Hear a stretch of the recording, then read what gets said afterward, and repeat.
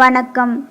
திங்கட்கிழமையில் நம்ம என்ன செய்யலாம், என்ன செஞ்சால் நமக்கு செய்யக்கூடிய காரியங்கள் வெற்றியாகும் அப்படின்னு சொல்லிட்டு நம்ம பார்க்கலாம்.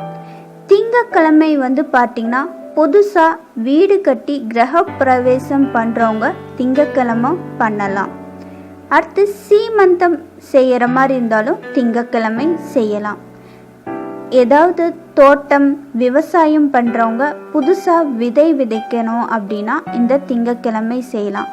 விதை தான் விதைக்கணும் அப்படின்ட்டு இல்லை, ஒரு சின்ன செடி வளர்க்குறது இல்லை ஏதாச்சும் மரம் நட்டு வளர்க்குறது இதங்கூட நம்ம செஞ்சு பலனடையலாம். விருந்து ஒன்றுக்கு ஆடு மாடு வாங்க இந்த திங்கட்கிழமை செய்யலாம். ஆடு மாடுகள் நம்ம இந்த திங்கட்கிழமை போய் வாங்கணும் அப்படின்னா நமக்கு சொத்துகள் சேரக்கான வாய்ப்பு இருக்குது. மாடுன்றது பார்த்திங்கன்னா ஒரு தெய்வ அம்சம் உடையது. ஸோ இந்த ஆடு மாடு வாங்கிறது நம்ம திங்கட்கிழமை வாங்கினோன்னா நமக்கு சொத்து சேரக்கான வாய்ப்புகள் இருக்குது. குழந்தைகளுக்கு காது குத்துறது அதுவும் நம்ம திங்கட்கிழமை செய்யலாம்.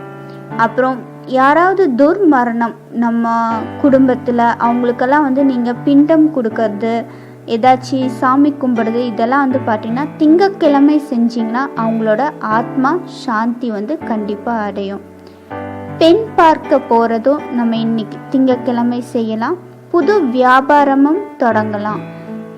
இந்த திங்கட்கிழமை நமக்கு எந்த திசை உகந்ததுன்னு பார்த்துட்டிங்கன்னா தென் திசை. சப்போஸ் நீங்கள் யாராவது போய் பார்க்கணும்னு சொல்லிட்டு அதை காரியத்தை தள்ளி போட்டுட்டு இருந்தீங்கன்னா இந்த திங்கட்கிழமை தென் திசையில் அவங்க இருக்கிறாங்கன்னா அந்த நாள் நீங்கள் கண்டிப்பாக போய் பாருங்கள். உங்களுக்கு நடக்க வேண்டிய காரியம் கட்டாயமாக நல்லபடியாக முடியும். இதுக்கான நல்ல நேரம் எதுன்னு சொல்லி உங்களோட டெய்லி கேலண்டரில் போய் பார்த்துட்டு போய் பாருங்கள். இந்த காரியங்களை செஞ்சு வெற்றி காணுங்க. நன்றி.